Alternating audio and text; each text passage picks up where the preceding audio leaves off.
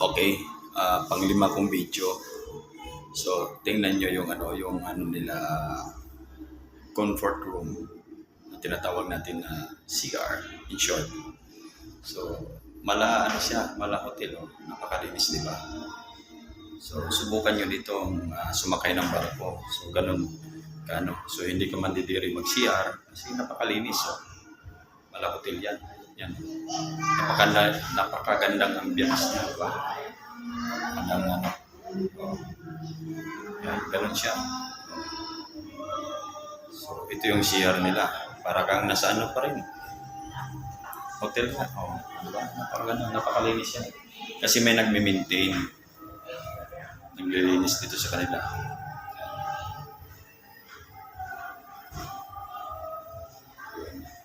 Diba? Ito naman yung CR nila. Napakaganda yan. Malinis yan. Yan. Napakalinis.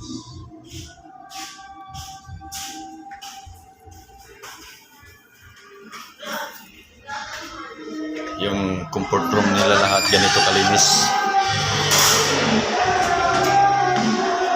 Dito tayo dadaan pa doon sa higaan ko. So, yun. Room. Ito, business class din ito. Ito yung mga pang-apat na yung pinasukan natin pang-apat katao. Ito yung mga room na pang-apat katao. Business class siya. Mayroon ng TV. Mayroon ng hugasan sa loob. Dito. Yan, dito naman yung restroom. Kalinis. Puntahan natin yung restroom ng lalaki. Sa mil. Okay na ka mama, bagay. Ilang. So, ito yung restroom ng lalaki. Lahat ng CR nila napakalinis. Diba? Mala hotel nga eh. Kalinis yan.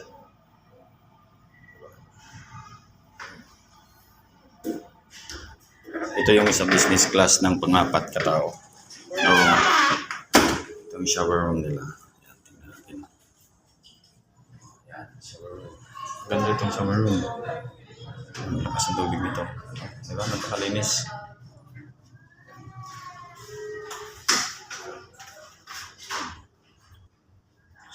May hot and cold yan na tubig. Pati yung higuan ha, malamig eh. May aircon kasi. Sa taas. So yun, maganda.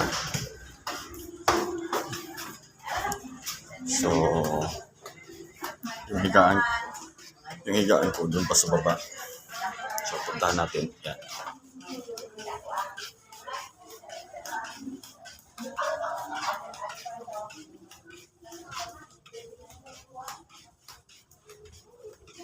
Linen room. Yan o, linen room.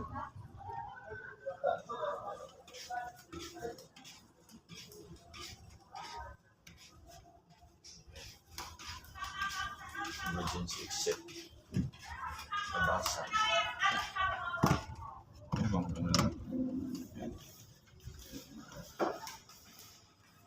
Dito papunta dun sa amin.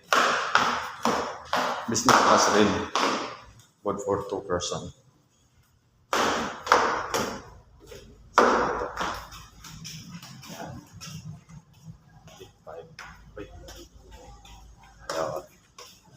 Ito na tinatawag ng mga media room ng bumihan. Yung sa amin naman is dito yung sa gitna. Yun, sa gitna yung mga business class. Dito yun sa amin. Good for 2 persons. So, ipakita ko yung kwarto, no? Yung sa amin. Kasama ko is yung mag-asawa lalaki. Lumipat yung asawa niya. Pero titingnan natin. Alam ko, dalawa lang bumili ito. Oh, may TV na. Yun. So, yun. Oh, may TV kami dito. Dalawa lang higaan namin. Diyan ako sa baba. Oh. Yan sa kanya. Lalaki ang kasama ko dito. Yung asawa niya sa kabila, babae. So, may TV kami sarili. May hugasan kami dito. So, yun. Yan yung kagandahan dito. Tsaka may ilaw rin kami dito. Oh, may ilaw rin ako dito. Sarili, isa-isa yan. Oh, di ba? May dim light. Oh, tinutulong. So may kurtina pa yan. Yun oh. Matulog ka na. Kahit nakabukas ang ilaw. Okay yan. Diba? Okay. Maraming salamat sa panonood ng video. So marami-rami ito, 5. So panoorin nyo, huwag nyo kaligtaan. So subukan nyo talagang sumakay ng barko dito sa Tubo. Napakaganda. Medyo mahaba yung biyahe para get to feel nyo talaga na napasyalan nyo lahat yung area niya. So para naging first time ko ulit na sumakay ng barko. Kasi last sakay ko is 2005, super ferry pa. So yun ang kaibahan ngayon kasi puro aircon na siya, napakaganda. So, try nyo rin sumakay ng barko. Napakaraming yung mga kapanood nito. Try nyo online kasi yung pag kuha ng ticket dito sila sa kanila. So kung mag-online kayo ng ticket, huwag kayo dadaan ng agency. Dapat pwede man dumaan ng agency pero mas maganda kung mag-upload kayo ng nila, yung apps, yung Tugo apps. Para direct na kayo doon. Through GCash yung bayaran. Pag nabayaran nyo na, kung may email kayo, doon nila isesend sa email yung nyo, yung ticket. Yun. Tapos i-print nyo lang. Reprint nyo na lang. Pag wala sa nabayaran. Kasi marami kasing, may agency kasi na itong kasama ko na nasa taas. Kumuha ng ticket sila. Through agency. Tapos, hindi na alam kung anong agency yun. Nag-ano lang din sila doon sa Facebook siguro. Na sila, na-scam. Hindi na nakontak yung pinagtunan ng ticket. Kaya, instead na biyahe nila, hindi ngayon, nung nakaraan pa, so ngayon na naging biyahe nila, kumuha sila ulit ng ticket kasi di na nila makontak yung nabayaran nila sa GCash na tao. So, yun. Dito kasi pag nagbayad ka dito sa Tubo nila, bibigyan ka nila ng confirmation. Yan. Yung pag nagpa-reserve ka. So wag na kayo magdaan ng agency. Advice ko lang, okay naman may agency pero mas maganda kung wag na kayo dumaan ng agency. Sa kayo, download na lang kayo ng Tugo ng apps nila. Tapos doon na kayo mag-online, magpa-book kayo doon kung anong date. Yan. Tapos tuloy-tuloy yun yung payment. Kasi mahirap kasi yung nagpa-book ka tapos schedule ka ng date na to ganyan. Ngayon, hindi mo siya na-out mo, tapos balikan mo, wala na yun. Wala na yun siya, sabi ng So, magtaka ka, magpa-book ka naman ulit, tumataas na siya. Kasi yung inabil mo na na mura, is na yun. Kumbaga, na-book na yun siya, pero hindi lang nabayaran. Kasi hindi mo na continuation, naputol mo. Ngayon, nag-ulit ka, hindi mo na mabalikan yun. Another na naman, so magtataas ang presyo. Ganito kagaya sa akin. Instead na 2.7, umabot ako ng 3.1. So, nakapangatlo ako So, yun ang mali ko rin. So, kaya nga sinasabi ko dito, para at least aware din kayo doon pag kumuha kayo ng ticket. Dapat decide na nyo kagad. Pag napareserve nyo, napabook nyo na ito, na-decidido na kayo ito na. Tapos, i-continuation nyo hanggang sa bayaran. Pag nabayaran nyo na, yun. Pero pag naputol nyo yun, tapos i-continuation nyo, hindi nyo na makukuha yung price nun. Another price na naman, tataas siya. Magiging 2.8 or 2.9. Kasi nakapangatlo ako, naging 3.1 sa akin. So yun. Mas maganda yung ahead pa kayo kumuha ng ticket para makamura kayo. Dapat nakaset na, nakaplano na. Kasi ang biyahe kasi ng Davao to Manila, ang Davao kasi is, ang alis dyan is Monday. Pero pag Manila naman is Saturday. So yun yung schedule nila. Sa Davao, ang alis is 2 p.m. Monday.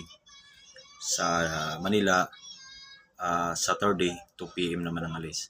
So para at least alam nyo yung schedule. So yun yung regular schedule nila. So magdidepende niyan sa panahon din. Pag may bagyo, hindi sila naglalaya. Para at least alam nyo rin. Okay? Maraming salamat sa panonood nyo ng video. So huwag nyo kaligtaan ito. Para at least binigyan ko kayo ng idea paano sumakay ng barko.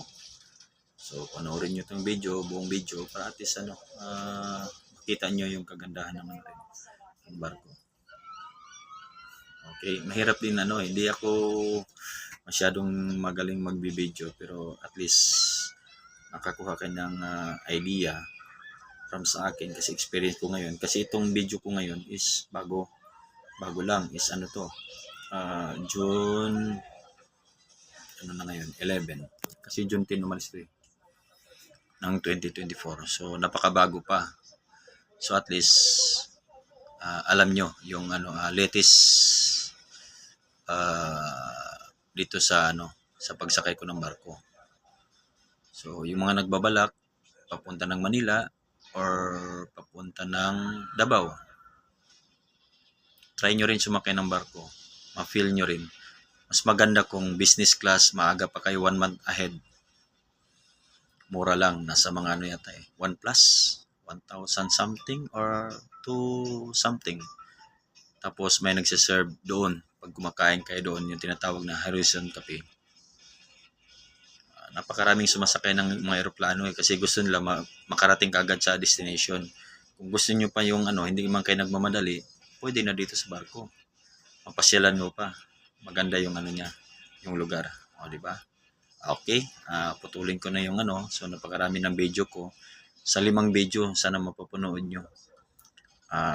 Maraming salamat. Ako, first timer ko rin na ganito. Video or nagbablog. Alam ko, marami nakakilala rin sa akin. So, ito lang sa akin is nagbibigay lang po ako ng tawag nito information regarding dito sa Tugo kung sino yung gustong sumakay. Ma-share ko lang din para at least alam nyo kung gusto nyo sumakay dito sa Tugo. Okay? Maraming salamat sa panonood. Thank you for watching. Yun na nga. Kung gusto nyo mag-likes, i-likes nyo rin. Heart. Kasi sa TikTok, mayroon din akong TikTok. Tapos sa Reels, FB, ganyan. Kung gusto nyo lang din. Okay, maraming salamat po.